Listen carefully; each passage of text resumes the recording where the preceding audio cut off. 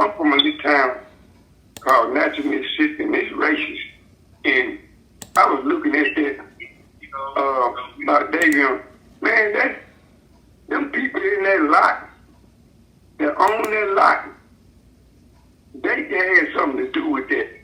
I done worked around a bunch of racist people, man. And look, I'm telling you right now, and I used to, excuse my language, but I used to fight them all the time. But I work for them now, and God is my witness. And I'm 63 right now, and we used to stay fighting. But all the rest of the guys on the job, they act like they were scared of, man, I ain't had a scared bone in my body, and I didn't never back down from them. But that place right there, man, they hungry. All right, what's going on, ladies and gentlemen? I am Richard Taylor, and I'm coming back with another video from Taylor House Publishing.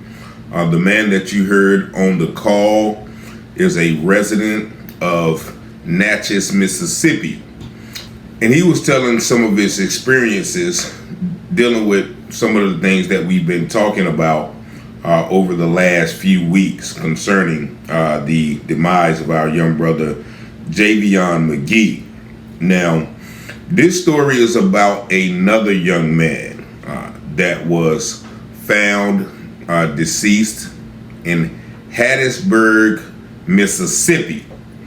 Now, what I'm going to do is I'm going to read this short article that was written about the situation, but I'm also going to play two videos. And as I mentioned last night with the demise of our brother Denoris Richardson in Alabama, they went again with the mental health narrative in this instance. Now, this young man was named Jacobe Lindsey.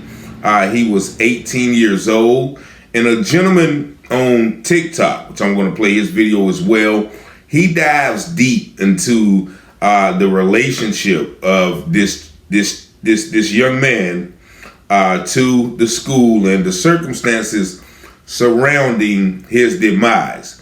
Now, make sure once again y'all like, share, and subscribe to the video. I'm going to play this quick message real quick, and then we'll get right back into it.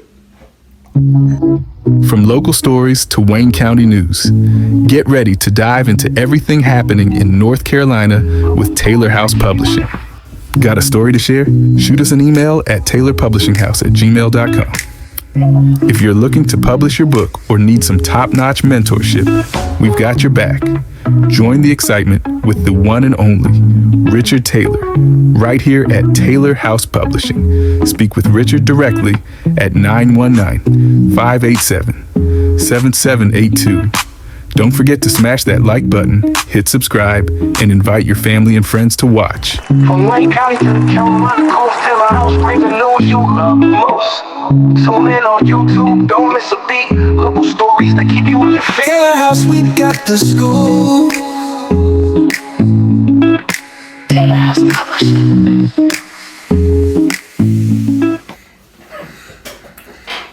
All right, so once again, this incident happened on September the 17th. And I'm going to show you this article from I guess this is a Mississippi news outlet. But I'm going to read this short article, and I want you to see how vague this article is. And you can read along with me. It says, Hattiesburg police investigating dead body found near elementary school. Hattiesburg police are investigating a dead body found near Thames Elementary School in Hattiesburg this morning.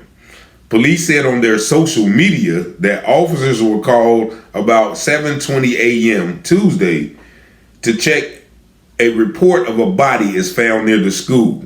Investigators confirmed to the media that the person was not a student from the nearby school.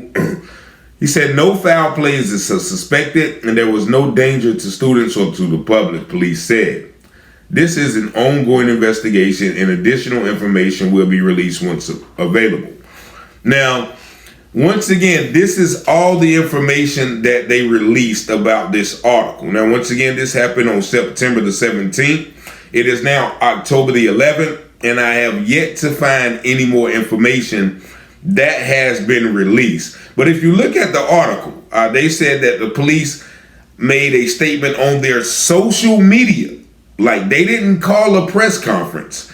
They didn't call, a big news conference. They made a statement on their social media. Now, also, if you see the second to the last sentence, they said no foul play is suspected, and there was no danger to the students or the public. Now, I didn't mention this before, but our brother Jacobe Lindsey, and you're going to hear, according to the information given from this social media guy, he was suspended in the air from a tree, of course, with the rope, and he was balled up in a fetal position.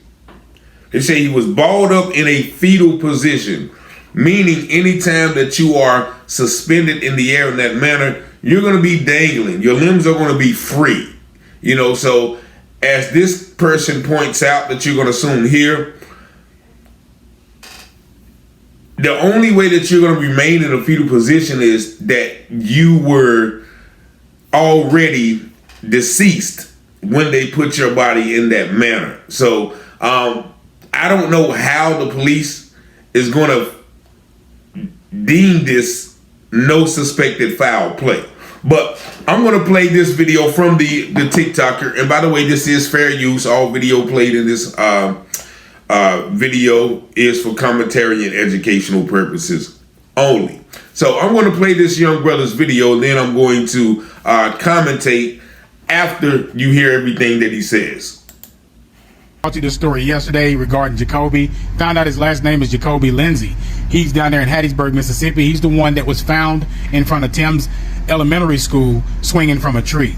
I also told you guys how the grandfather was sent a picture, and it was a godsend that somebody actually sent him a picture for proof before they try to get up here and say that it was self-inflicted. Now, that original video that I did is stitched to this one right here. Go over there and check it out. I gave some details in that, but didn't have a lot of information. Now I do. The picture that was sent to the grandfather shows that Jacobe was in the tree swinging by a rope, and he was in a fetal type position where rigor mortis had set in. Now, everybody knows that when you hang something from a hook, from a tree, whatever, with a rope, anything, it's going to dangle. It's not going to be in a fetal position. Somebody did this to this young man. Somebody did it. I also spoke about somebody that got arrested that is attached to Homes of Hope for Children. So I found out that information. And then also, we're going to do a call to action to the mayor, to the police chief, to the board of directors, everybody down there until we get answers. We want a thorough investigation, because when the story first came out, the news and several other people were told that this was self-inflicted. We not falling for that mess. Now, the one that got arrested is this guy right here, Michael Garrett. Michael Garrett, I found very interesting that it says that he stepped down, resigned, or got fired from being the executive director over this program. But what I'm scratching my head about is Michael is the founder, and he was the director for Homes of Hope for Children, which is a private children's home in Purvis, Mississippi. And what I've learned from positions like that, when you are a founder, you don't really step down. You just get out the way, but you still have a lot of say in a lot of things. Now, back last year, Michael was arrested because he was charged with having possession of illegal narcotics and procuring streetwalkers. And during that press release, they tried to say that he is no longer affiliated with that organization. I find that hard to believe, since he is the founder. He created this organization. And from what I'm understanding, a Richard Gianni was named the interim executive director. Now I want you to pay attention to this area right here, because right down here, where this tree is down here, is where he was found at. But I went down through here searching and stuff. I'm not going to point it at any houses or anything like that, but a lot of the houses had ring doorbell camera. Well, not ring, but doorbell camera. The school has cameras and stuff. So somebody saw something. Somebody saw something in this area. Please come forward. Please come forward, because we're not going to allow anybody to get up here and cover this up. We're not going to allow you to get up here and try to say he did this to himself. Somebody has camera. Go in there and look. You don't even know if you have it or not.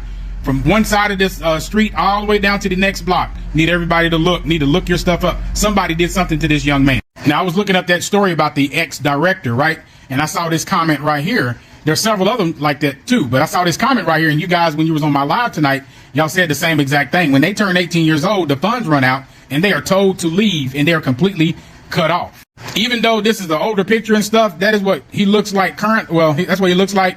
We want to know what happened in this Homes of Hope for Children. What's going on in there? Where are his siblings at? Why did you lie to the grandfather and the rest of the family? Why wouldn't you not let them see their grandchildren? And I'm talking to everybody, the board of directors, Phil, Mimi, Carol, Debbie, Eric, Brittany, Travell, Wayne, Anthony, Valerie. We need answers. We need them now, because this is an entire circle right now. You sitting up here playing games with the family, the grandparents, the cousins, all them. Where are the siblings at? Are they safe? We calling on you, Mayor. We calling on you, Mayor Barker. We calling on you, Hardy Sims. We calling on you. We are not going to settle for he did this to himself. Show us the videos. Show us the camera footage. Show us what's going on, what the school has on their cameras, the people in that community, what they have on their cameras. He did not deserve this at all. At all. He was a handsome young man. Let's share this, boost this. Let's get the word out there. We want to hold everybody accountable, and we refuse to allow you to cover this up. We refuse. Don't forget, the grandfather has pictures. And so there you see my guy, Prophet Ruben, on TikTok. Shout out to him for his work. Evidently, he has done some investigative work to get this information. As he mentioned before in the video, someone sent the grandfather a picture, almost like the picture that has been floating around about our dear brother Javion McGee. Someone sent the grandfather a picture that showed the chin suspended in a fetal position. Now, also, evidently from this information, using context, he was a resident or a former resident for the Homes of Hope for Children. Now, this is a private children's home. You heard him mention about the founder who was arrested for some questionable behavior, and he had to step down. And he also mentioned that Jacobe had recently turned 18, in which I guess the funds had run out for him to be a part of the program. So, but the thing is that how quickly they ruled this as being of no foul play when a young black man is found suspended in the air from a tree. Like, how could you immediately? And once again, this happened on September the 17th. Remember, Javion's demise happened on September the 11th, and Mr. Richardson happened on September the 28th, or on or about thereof. So I don't know what it is with that month of September. And once again, this is probably the first time that you've heard about this incident. There's no national news coverage. There's no, outcry. There's no Sharpton or Jesse James or Ben Crump on the scene. All of these things are literally being swept under the rug. Once again, they're mentioning no foul play, right? And the gentleman mentions on his video that there is a lot of Ring camera footage in that area. So why is that Ring camera footage not being displayed to the public? Once again, he's calling for transparency, just like we are calling in the Javion McGee case. So we're gonna stand on that, because we do not believe that this young man or either of these young men would just go out and self-harm themselves in that manner. But as I was talking about last night on the live, if you haven't seen that live, go check it out. We gotta watch for this narrative right here. Now, I want you to listen to this other news outlet and what they are saying about the situation. Look how quickly they're going to push this mental health narrative.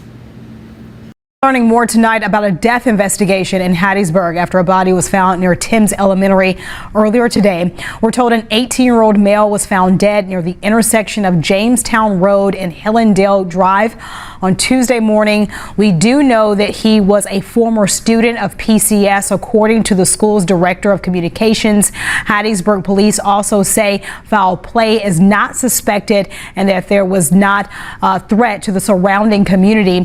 Forest County Coroner Lisa Clem tells us an autopsy has been scheduled for Wednesday morning at the State Crime Lab in Biloxi to determine a cause of death.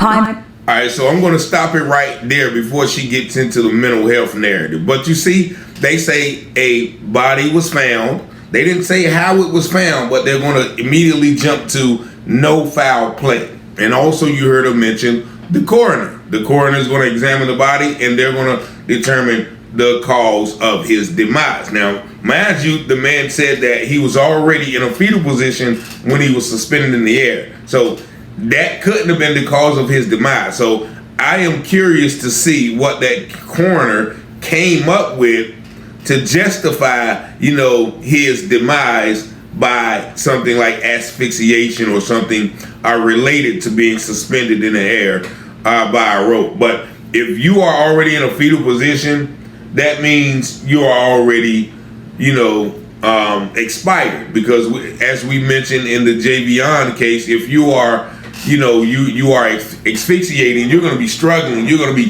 flailing, you're not just going to be like this and just do that. But watch the turn here, and it's sad that they use my sister up here to do it, but watch the turn here.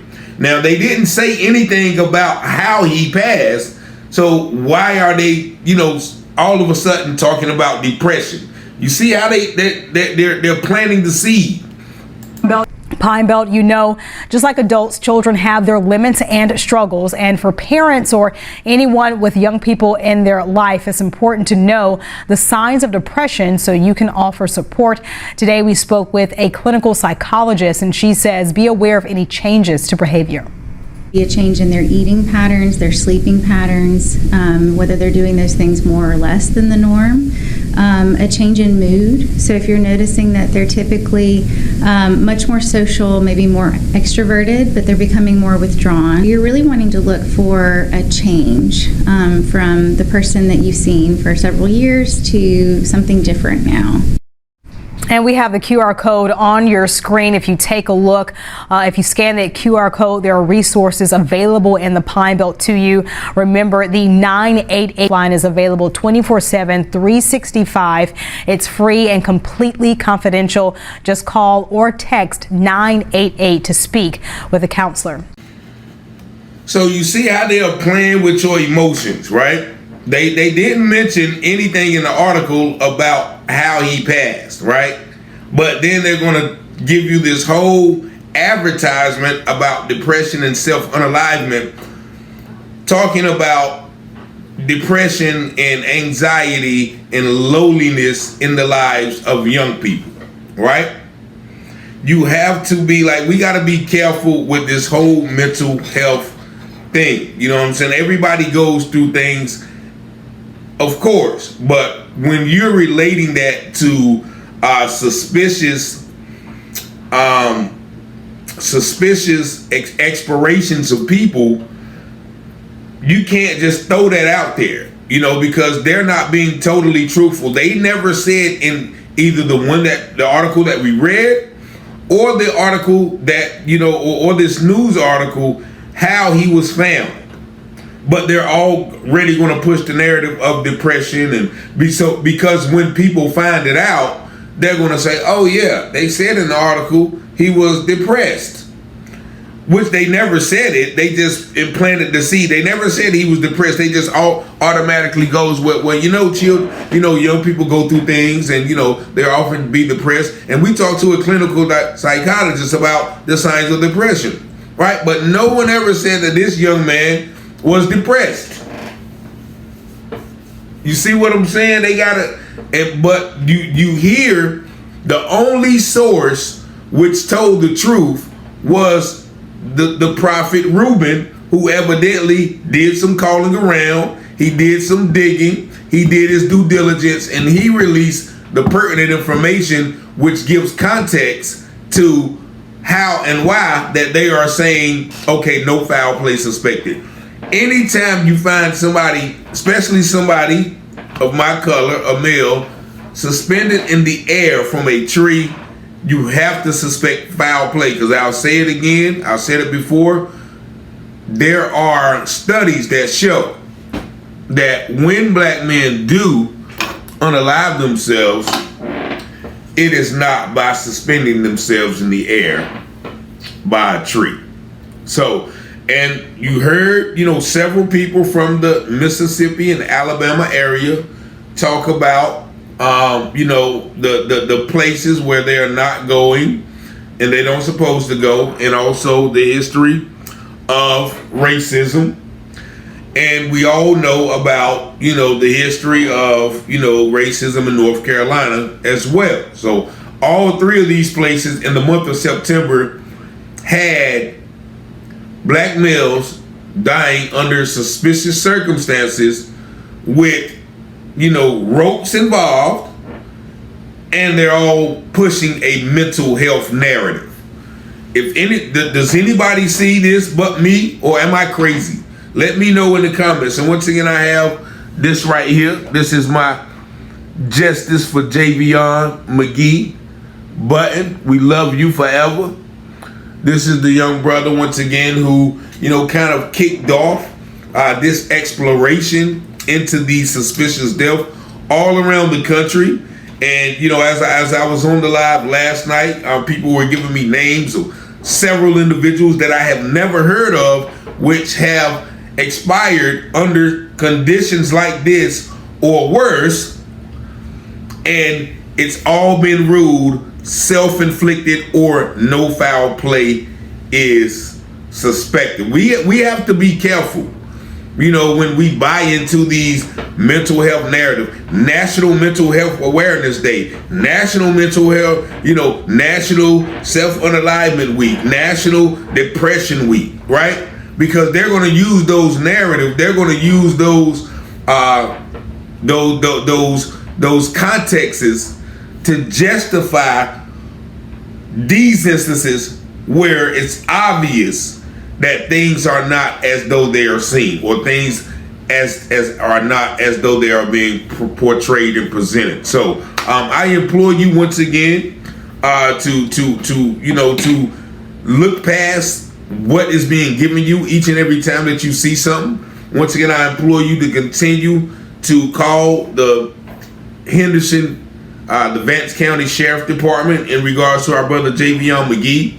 If you are in any of those areas with those other suspicious expirations, please feel free to call those places as well and get, once again, people involved. Because if it was not for the TikToker here, because that was the first thing that I saw. I didn't see any of these articles, but as you know, once the social media and social media people get a hold to a story and start publishing it, it is then and only then that these news articles come out. But as you see, these news articles are very vague, and without the diligent work of my brother Prophet Reuben, we would not have any context. We would not have any information on what really happened to our brother Jacobe Lindsey.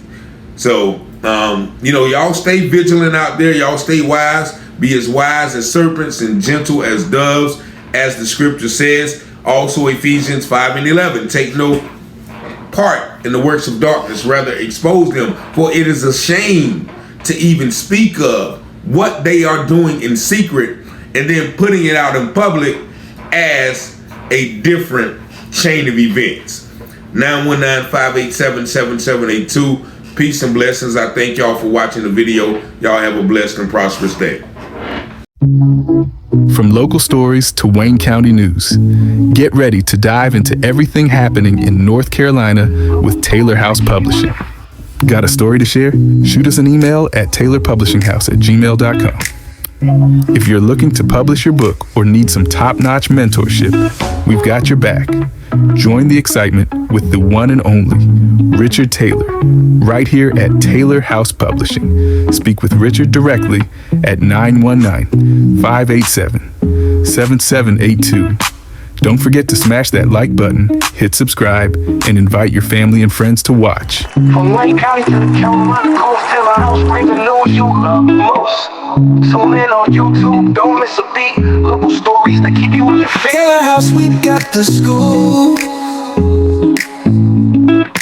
Taylor House Publishing.